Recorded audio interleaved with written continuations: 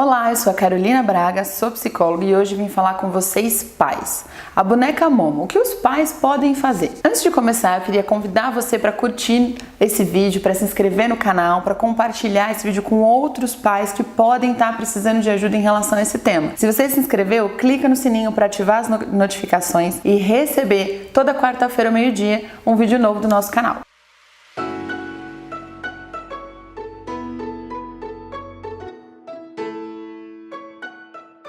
Bom, vamos falar sobre a Momo.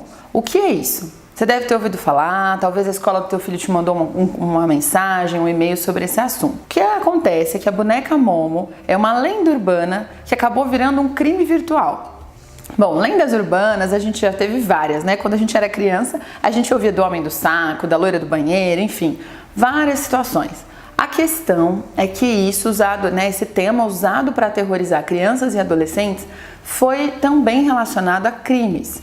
Vamos lá, então teve uma foto, né, de uma escultura que vocês já devem ter visto, que foi exposta no Japão, que foi utilizada como uma imagem para um contato. E esse contato, né, que era adicionado no WhatsApp, e as crianças eram estimuladas a entrar em contato com essa pessoa, pegava informações pessoais e ameaçava as crianças e adolescentes em relação a atos de automutilação e até enforcamento. Então é muito sério, porque mais do que um medo, um mistério, uma brincadeira, tomou proporções alarmantes, assim como a baleia azul, que a gente passou aí por tudo que passou no ano passado. Então, dois avisos bem importantes sobre esse assunto. Brincadeiras que chegam próximo de um limite do perigo acontecem principalmente na adolescência, em que eles querem testar aí todos os limites. Talvez a gente tenha feito brincadeiras, a brincadeira do copo, brincadeiras em que ficava sem respirar, e que é muito sério, mas faz parte desse processo de desenvolvimento. A questão é que com a tecnologia isso tomou uma proporção muito grande, ou seja, algo que acontecia ali, às vezes dentro de casa, com a chance de um adulto poder supervisionar a qualquer momento, né, ou que acontecia num pequeno grupo de pessoas, hoje acontece de uma forma muito séria. Há muitas vezes o WhatsApp, né, assim como o Facebook ou outras redes sociais, vinculam dados. Então, quando a criança manda mensagem para esse contato da Momo, outro contato, a pessoa consegue ter acesso a algumas informações pessoais e usar isso para ameaçar as crianças e adolescentes. Para qualquer um de nós, se recebesse uma mensagem dizendo sobre os nossos dados, a gente ficaria assustado.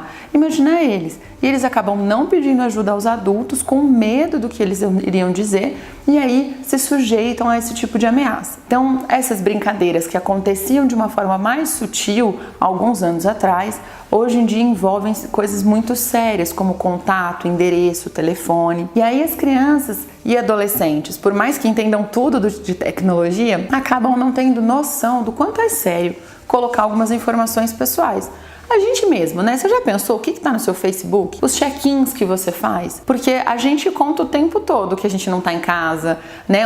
Que lugar que a gente frequenta.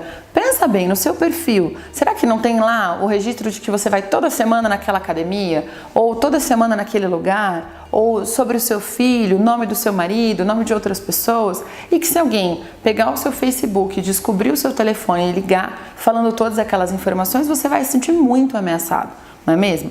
A gente tenta evitar isso, né, adicionando pessoas conhecidas ou tendo cuidado nessas publicações, mas eles não têm isso, pelo contrário, eles gostam muito de ter o ibope, né? Aliás, todos nós gostamos de muitas curtidas, de quem viu que estava fazendo o quê, e eles mais ainda, eles têm usado nesse momento digital, eles têm usado as redes sociais, o YouTube, o Facebook, como uma forma de identidade.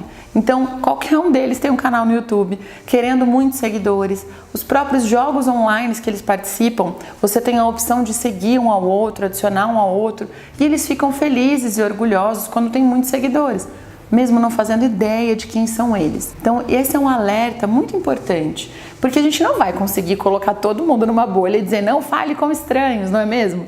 A gente ouvia isso dos nossos pais e mesmo assim, provavelmente em alguma situação, falou com algum estranho. A diferença é que como a gente está num mar de informações e que a gente tem acesso à informação de todo mundo o tempo todo, o risco é muito maior. Por isso, o que você, pai, mãe, tio, tia, pessoa que convive com criança e adolescente, Pode fazer. Primeiro ponto, criar um relacionamento muito aberto sobre tecnologia. Porque a gente adora apontar o dedo para eles e falar: ah, você não pode fazer isso e aquilo, mas a gente tira foto o tempo todo para postar nas redes sociais. A gente está aqui falando pela internet, não é? Então, fica um discurso meio demagógico com eles, dizendo: não faça isso, mas a gente faz isso o tempo todo, a gente curte o Facebook o tempo todo, o Instagram, o Snapchat, enfim. Todas essas redes. Então, o primeiro passo é criar um canal aberto e realmente se interessar, conversar com eles sobre esse assunto, dizendo: ah, que legal, você tem Instagram, você tem Snapchat, adicioná-los nas redes sociais, né, na sua rede com a dele, para você também, de vez em quando, vigiar e observar o que ele está publicando. O segundo ponto é você ensinar sobre política de privacidade.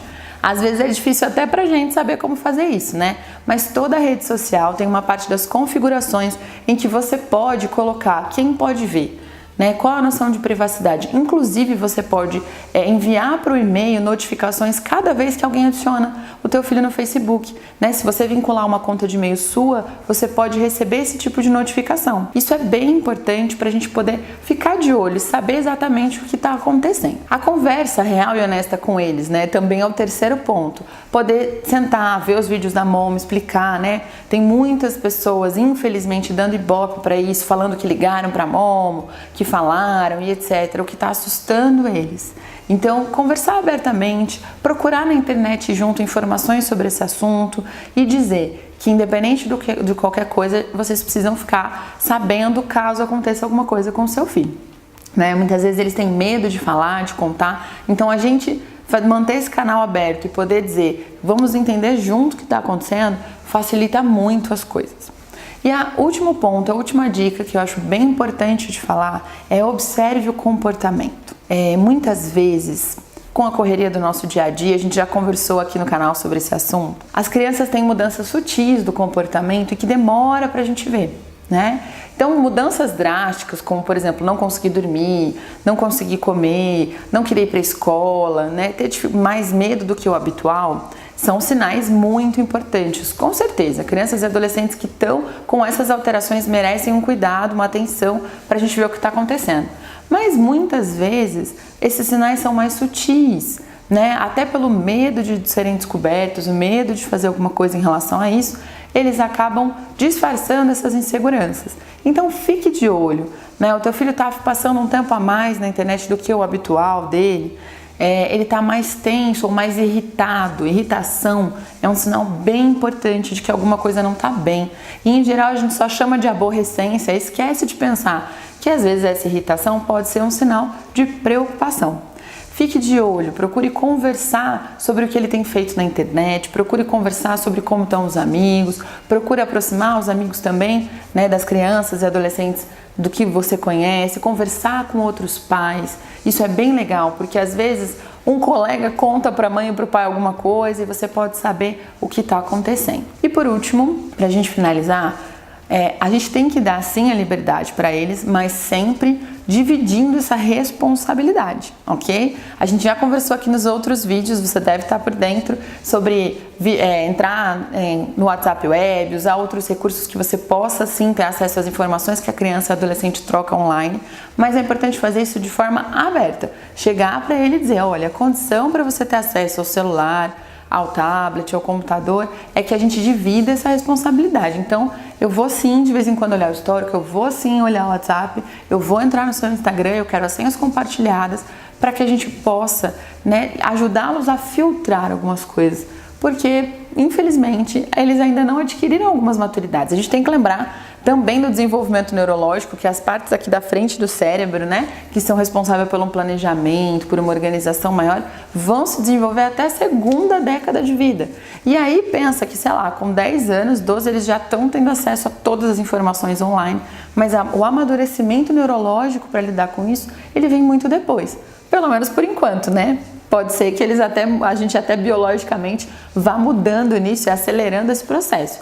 Mas hoje a gente ainda precisa ficar de olho durante esse período em que eles estão amadurecendo e estão tendo contato com a tecnologia. Ok? Espero que esse vídeo possa ter te ajudado. Se você conhece um pai, uma mãe ou outras pessoas que convivem com crianças e adolescentes que precisam de ajuda para lidar com isso, esses desafios, a questão da internet, compartilhe esse vídeo. Espero você toda quarta-feira ao meio-dia. Até lá!